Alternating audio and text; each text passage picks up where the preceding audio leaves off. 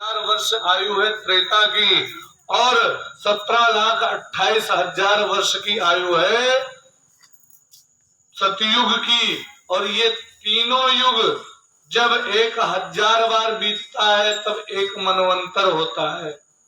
सोचो, ये तीनों युग, ये चारों युग जब 1,000 बार बीतता है तब एक मनवंतर होता है, और जब 71 मनवंतर बीतता है तब एक कल्प होता है, और वो एक कल्प ब्रह्मा जी का एक दिन होता है। इस प्रकार से ब्रह्मा जी की आयु 100 वर्ष की है। और पंचांग में जो है संवत्सर के वर्णन में आता है ब्रह्मा जी की आयु 55 साल की समय हुई है। जो है अभी ब्रह्मा जी की आयु 55 साल की हुई है। इस प्रकार तो ये जब चारों युग 71 बार बीतता है एक मनवंतर, उसके बाद एक कल्प होता है। आप सोचो, ब्रह्मा जी के हुआ सैकंडों न बीता हुई, ये 6-7 महीना साल भर बीतेगा, पता नहीं लगा। तो ब्रह्मा जी फिर वापस गए। जब वापस गए अपने ब्रह्मलोक में, तो वहां पर जो है ब्रह्मलोक के जो दरबारी था उसने कहा रुक जाओ। कहा क्या? कहा अंदर नहीं जा सकते। कहा क्यों? कहा ब्रह्मा जी का आदेश है। कहा ब्रह्मा जी मैं हूँ तो किसने आदेश दिया? कहा नहीं, ब्रह्मा जी ने कहा नकली ब्रह्मा बहुत घूम रहे हैं, ये नकली ब्रह्मा होंगे, आएंगे, तुमको अंदर मत आने देना। तो कहा, अब ब्रह्मा जी ने कहा मेरा पद भी गया लग रहा है, प्रभु मुझे क्षमा करो। जो है कहा था ठीक है मैं पद नहीं लूंगा, लेकिन मुझे उन ब्रह्मा के दर्शन तो करने जाने दो।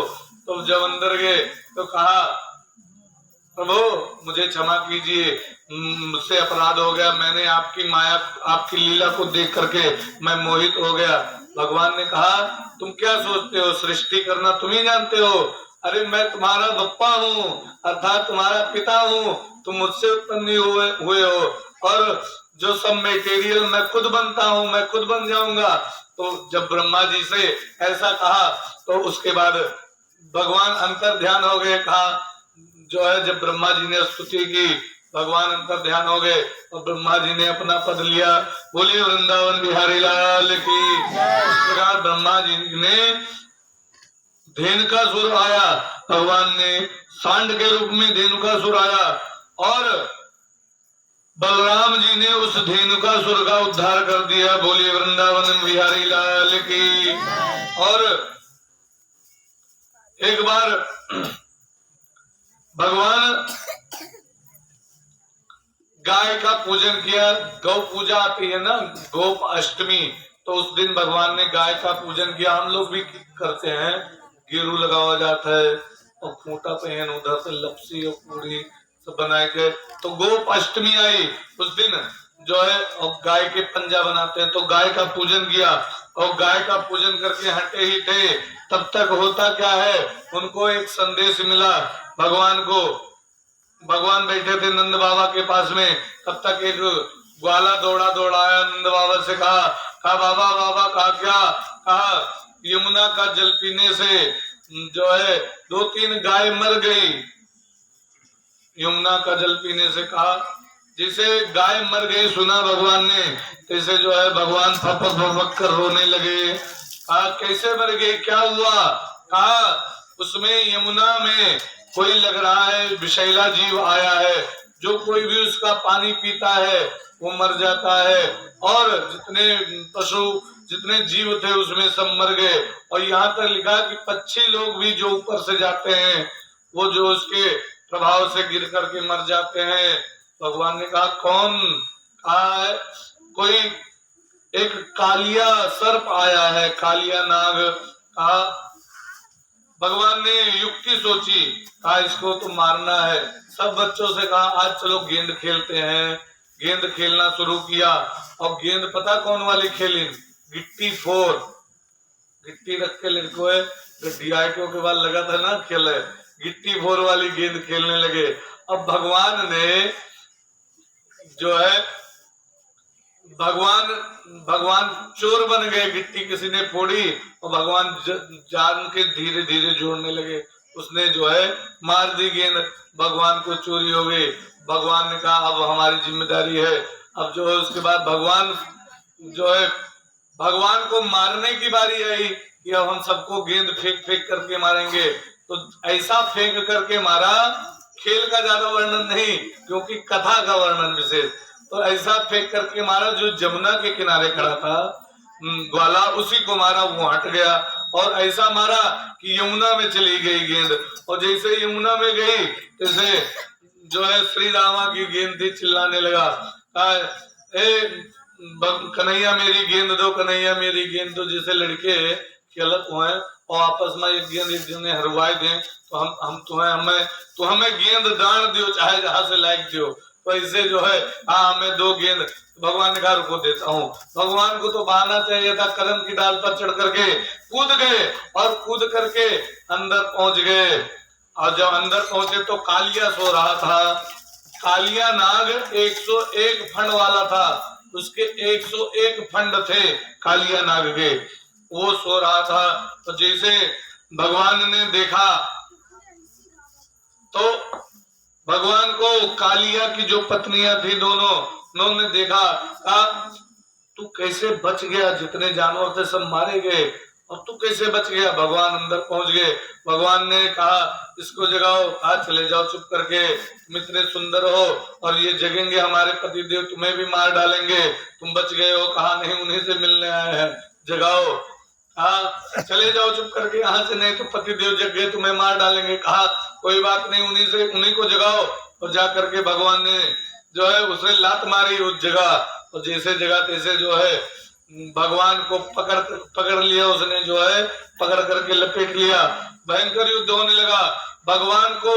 भगवान ने उसकी पिछली पूंछ का सिरा पकड़ा और पकड़ करके ऐसे जो है दबा दिया, ऐसे ऐंठ दिया, और जैसे ऐंठा जैसे जोर से कहारा, और उसके बाद छुड़ा लिया।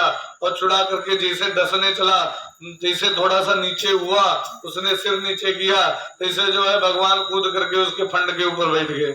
और अब वो 101 फंड इधर से उधर, वो एक फंड से काटने की कोशिश करता तो भगवान कूद करके दूसरे से पर आ जाते, दूसरे से काटने की कोशिश करता तो भगवान तीसरे पर आ जाते। इस प्रकार इधर उधर कूदते जाए, और भगवान जब कूदे तो उसे जान पड़े कि जैसे कोई हथौड़ा मारा था मुंडे पर, उसको इतना दर्द हो। तो उसी पर जब ऐसा नाचने लगे तो उसका मुख लहू लुहान हो गया। और उधर पता लगा, गांव में बताया कन्हैया यमुना में कूद गया है। सब लोग दौड़े दौड़े आए यमुना के किनारे, मैया भी आई, मेरा कन्हैया यमुना में डूब गया, कालिया मार डालेगा मेरे कन्हैया को, कालिया मार डालेगा।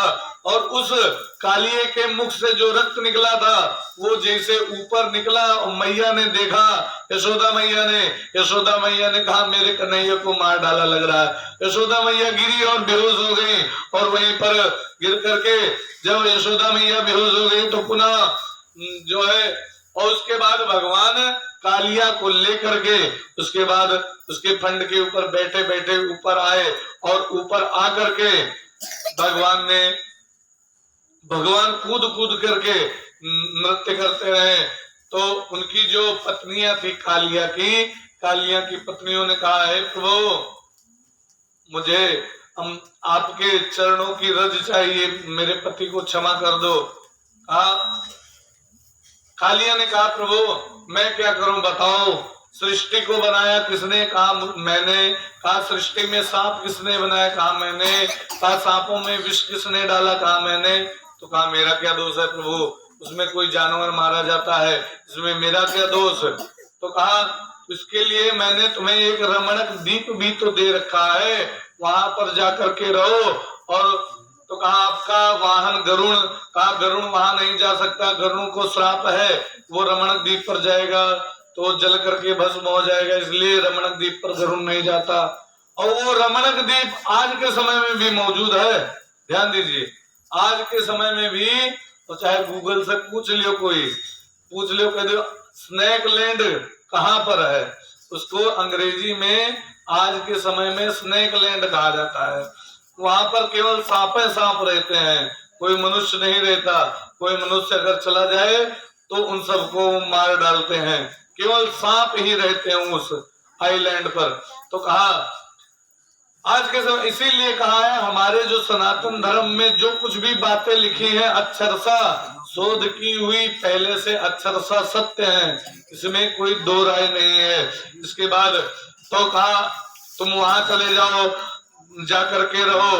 तो कालिया ने कहा प्रभु ठीक है। उनकी जो पत्नियां थी उनकी पत्नियों ने कहा प्रभु हमारे पति को छोड़ दो, आपके चरणों का क्या चाहिए, कहा आपके चरणों की रज। अब चरणों की रज तब मिलेगी जब भगवान उतर करके यमुना के किनारे जाएंगे बालू में। तो कहा ठीक है। भगवान कूद करके नीचे आए, तब मैया ने गले से लगा लिया, मैया को जगाया गया बेहोशी से, गले से लगा लिया, मेरा कन्हैया बच गया। और कालिया चला गया। बोले वृंदावन बिहारी लाल की। और इस प्रकार भगवान ने कालिया का मर्दन किया। एक बार चीर हरण की लीला की। एक दिन समस्त गोपियां नग्न होकर के स्नान कर रही थी और तब भगवान ने एक बड़ी विचित्र लीला की। भगवान पहुंच गए और जाकर के जितनी वस्त्र थे सबको लेकर के चढ़ गए कदम के डाल के ऊपर, और कदम के डाल के ऊपर रख दिए सब वस्त्रों को। और रख करके जितनी गोपियां थी, गोपियों ने, एक गोपी ने देखा था अरे कन्हैया हमारे वस्त्र को ले गया। तो उस समय भगवान 5.5 वर्ष के थे, भगवान छोटे थे। तो वस्त्र लेकर के चला गया। तो कहा ये कन्हैया वस्त्र लेकर के चला गया। तो सब गोपियों ने कहा, तो कहा इसको जो है वस्त्र, जो सब गोपियों का अलग अलग स्वभाव होता है। 4 स्वभाव होते हैं प्रत्येक प्राणी के अंदर। एक ब्राह्मण वाला स्वभाव, एक क्षत्रिय का स्वभाव, एक वैश्य का स्वभाव, एक शूद्र का स्वभाव। ये चारों स्वभाव हैं। उसी को लोगों ने विभाजित कर दिया जात में, ये बात अलग है। लेकिन स्वभाव जो लिखा, श्याम सुंदर तेरा से करवाम तवोदितम देह वासा से धर्मज्ञ नोचेद राज्ञा ब्रुवाम है। जो वैसे जो शूद्र स्वभाव की गोपियां थी उन्होंने कहा हे प्रभु कन्हैया हम आपकी दासी हैं और हमारे वस्त्रों को दे दो। कहा नहीं देंगे। तो दूसरी जो वैश्य स्वभाव की गोपी थी वो झगड़ा नहीं करती। वैश्य स्वभाव की गोपी ने कहा एक काम करते हैं, हमारा तुम्हारा सौदा, इसके बदले में जो तुम कहोगे वो मैं करूंगी, तुम्हें माखन दूंगी, जो कुछ भी कहोगे, लेकिन ये जो है हमारे वस्त्रन को दे दो। कहा नहीं देंगे। तब उसमें जो ब्राह्मण स्वभाव की गोपियां थी उन्होंने कहा एक कन्हैया तू धर्मात्मा, तेरा पिता धर्मात्मा, तेरा पूरा खानदान है धर्मात्मा, तू भी धर्मात्मा, हमारे वस्त्रन को दे दे। तो कहा नहीं देंगे। तो फिर कहा जो क्षत्रिय स्वभाव की गोपियां थी, ये प्रत्येक व्यक्ति को खुद समझ जाना चाहिए अपनी वाणी के द्वारा और उसकी वाणी से कि व्यक्ति के अंदर कौन सा स्वभाव है। तो जो क्षत्रिय स्वभाव की गोपियां थी वो बोली ए कन्हैया हमारे वस्त्रों को दे दो, नहीं तो क्या करोगी। कहा राज्ञा ब्रुवाम है, राजा से बोल देंगे हम। कहा राजा से बोल दो जाकर के। कहा राजा कौन है। कहा मेरा मामा है, वो कुछ कहेगा नहीं, जाओ बोल दो। तो कहा अगर वस्त्रन को लेना है तो तुम लोग बाहर निकल करके आओ, वस्त्र लो एक एक करके और कान पकड़ करके पहले प्रण करो आज से नग्न होकर के कभी यमुना में स्नान नहीं करोगी। तो कहा ठीक है कान पकड़ती हैं, आज से हम नग्न होकर के स्नान नहीं करेंगे। कहा कसम खाओ। कसम खाया। इसलिए भगवान ने ये लीला की क्योंकि माताओं को कभी नग्न होकर के स्नान नहीं करना चाहिए, क्योंकि उससे वरुण देव रुष्ट हो जाते हैं। इसीलिए जब गोपियां एक एक करके बाहर आई, अपने वस्त्रन को लिया, अपने अंग को ढकते हुए। और एक बात बता दें, लोगों के मन में शंका होती कि देखो भगवान बड़े लंपट थे, इन्होंने वस्त्र ले लिया। भगवान 5 साल की अवस्था, छोटा सा बालक। पहला तो एक उदाहरण ये जान लो, छोटा सा बालक, वो क्या जाने स्त्री और पुरुष, उसको तो जो है वो तो सब उनके लिए बराबर हैं। दूसरा कारण ये कि भगवान नहीं जानता है कपड़ा के नीचे सब लोग वैसे ही हैं, नग्न ही है और भगवान से कुछ छुपा नहीं है। जब भगवान ने कहा क्या आवरण डाले हुए ऊपर से कपड़े का, क्योंकि अभी महाराज करना है तो उसमें आवरण हट जाए, इसलिए गोपियों का जो है वस्त्र चुराया। इस प्रकार भगवान ने गोपियों के वस्त्रों को दिया। बोली वृंदावन बिहारी लाल की। उसके बाद भगवान ने यज्ञ के पत्नियों के ऊपर कृपा की।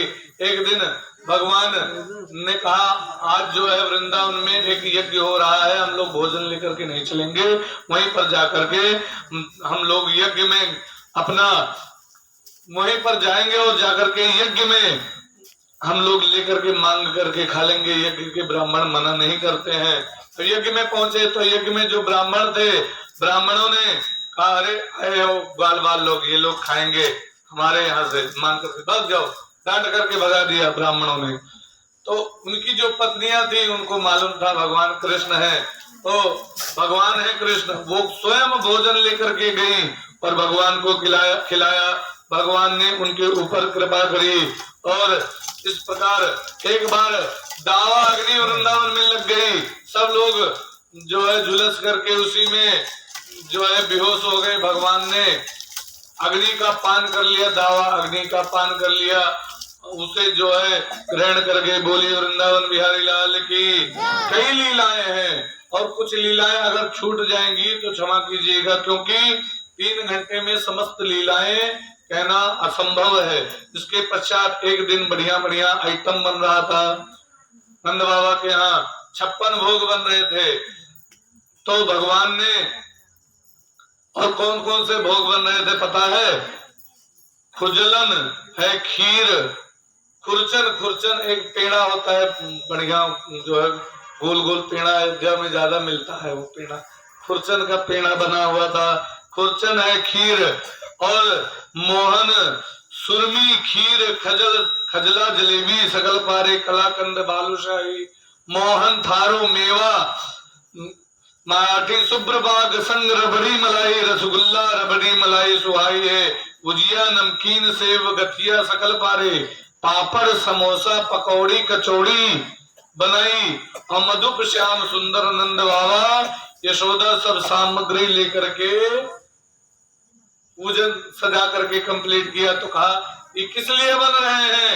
कहा इसलिए हम लोग इंद्र की पूजा करते हैं। नंद बाबा से कहा ये किस लिए बन रहे हैं? नंद बाबा ने कहा पार्जन्य भगवान इंद्र मेरा तस्या प्रमूर्तया ते विवर्षन्ति भूतानि प्राणिनाम जीवनत्या। कहा जो भगवान इंद्र हैं उनके,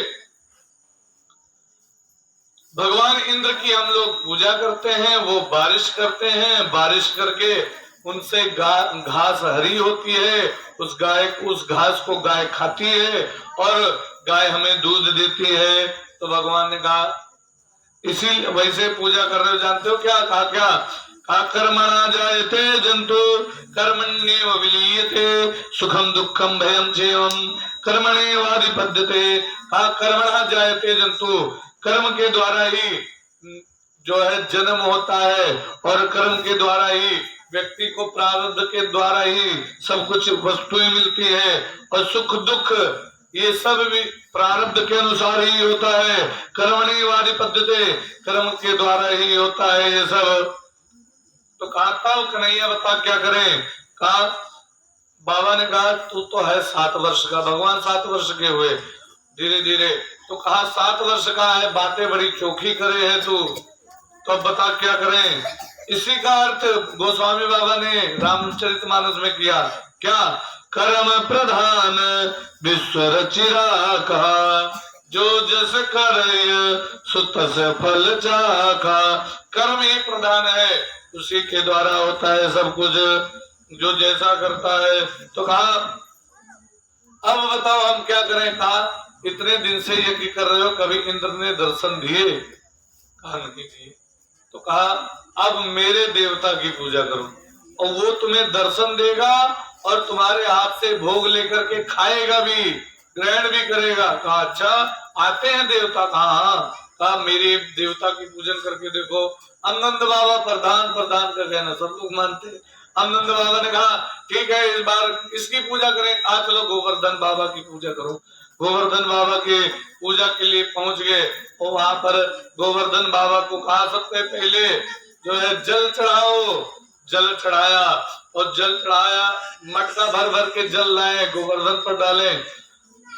मधुमंगल ने कहा, कन्हैया तेरे देवता की ऊपर जल चढ़ाते चढ़ाते हम लोग थक गए, और उसकी तो मूछें भी गीली नहीं हुई। अब पहाड़ के ऊपर जल चढ़ाए तो कितना रुकने वाला, कहा उसकी तो मूछें भी गीली नहीं हुई, अब बताओ क्या करें। तो भगवान ने कहा, सब लोग प्रेम से जो है गोवर्धन बाबा का जयकारा लगाओ, उनका स्मरण करो, अभी देखना ये चमत्कार करेंगे। सब लोग अब देखो भगवान का खेल, तो लीला कर रहे हैं, एक रूप में खड़े होकर के पूजा कर रहे हैं और एक रूप में पूजा करवा रहे हैं अपनी। तो का देखा अभी जो लीला करेंगे। तो सब लोग हाथ जोड़ करके गोवर्धन भगवान का जयकारा लगाने लगे, और गोवर्धन भगवान का जो है भगवान का स्मरण करने लगे। और स्मरण करते करते होता क्या है, वहीं पर मानसी गंगा प्रकट हो जाती है। बोले मानसी गंगा की। तो सब लोगों ने कहा, वाह कन्हैया तेरा देवता तो वास्तव में बड़ा फुर्ता है, जो है इसने तो तुरंत देखो मानसी गंगा प्रकट कर दी। तेरा देवता बड़ा फुर्ता है, जो ये देखो तुरंत कार्य कर देता है। अब ये प्रकट होगा कहा, हाँ अब पूजन किया, और पूजन करने के बाद कहा सब लोग प्रार्थना करो, अभी प्रकट हो जाएगा। प्रार्थना किया सब लोगों ने, और भगवान स्वयं प्रकट हो गए। कहा अब भगवान को भोग लगाओ, कहा ब्रजवासियों लाओ भोग। भगवान जो है भोग की सामग्री लेने लगे।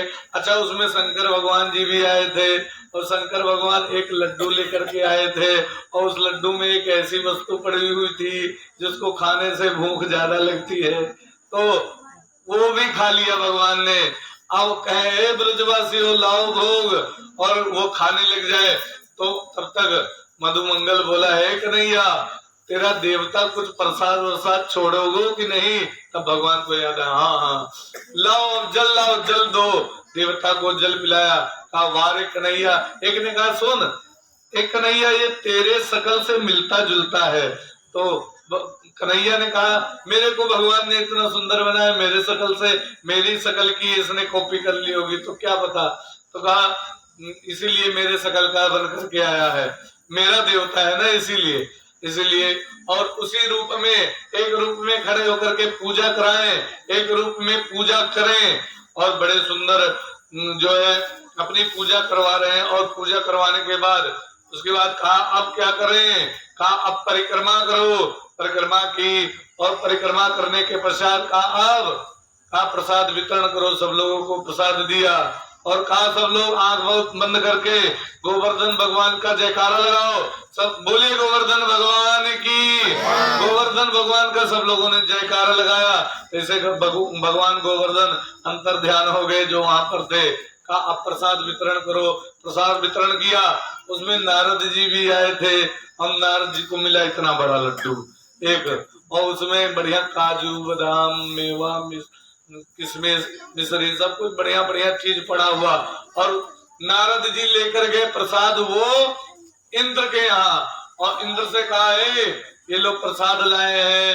इंद्र ने थोड़ा सा प्रसाद खाया, प्रसाद तो बड़ा अच्छा है, ये कहाँ मिला प्रसाद। कहा ये जो है तुम्हें नहीं मालूम। कहा नहीं मालूम। जो तू नंद का छोना है उसने तेरी पूजा बंद करवा दी है, अब तेरी पूजा नहीं होगी। वो जो है गोवर्धन की पूजा करवाने लगा है। तो कहा अब तेरी पूजा नहीं होगी। इसे जो है उसने प्रसाद फेंका तो नारद जी ने उठा लिया। कहा जो है तुम्हारा जो है बुद्धि हो गई विपरीत। नारद जी ने कहा काम बन गया। अब न इंद्र ने आदेश दे दिया मेघमालाओं को, संवर्तक नामक मेघमालाओं को आदेश दिया जाओ इतनी बारिश करो कि पूरा ब्रज मंडल बह जाए। गणम संवर्तकम नाम मेरा नाम चंतकारिणा इंद्र प्रचोदयात क्रुद्धो वचयम में मन्युता। सब लोगों ने कहा अगर इंद्र रुष्ट हो गया तो क्या होगा। अब मेघमालाएं आई तो कहा मेरा देवता सहायता करेगा। तो मेघमालाएं आई और इतना इतनी बारिश हुई कि सब लोग त्राही त्राही करने लगे। कहा नंद बाबा से, कहा अब देखो तुम ही जानो ये क्या होगा।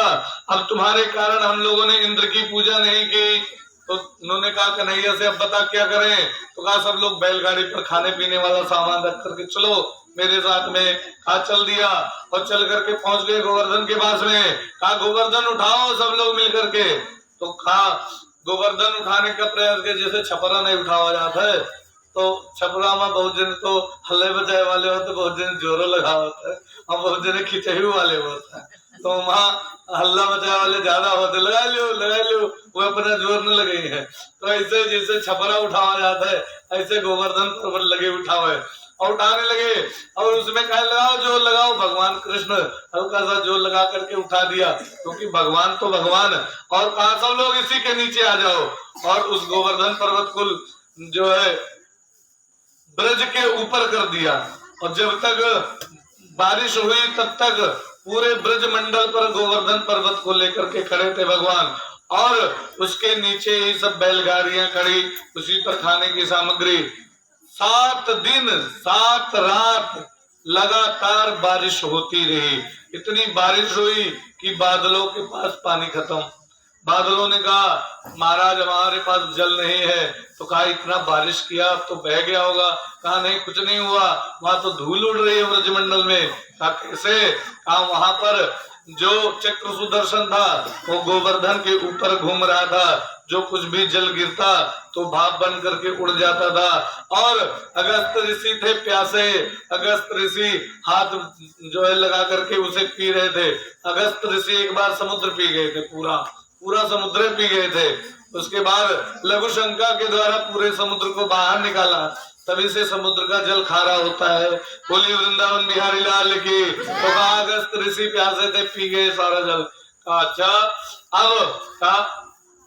अब ब्रजमंडल का कुछ नहीं हुआ। इंद्र ने कहा मैंने उनके ऊपर क्रोध भी किया, कुछ नहीं हुआ। और इधर खेल क्या हो रहा है, 7 दिन 7 रात के बीच में बड़ा बढ़िया जो है लीला हुई, बीच बीच में बातें हुई।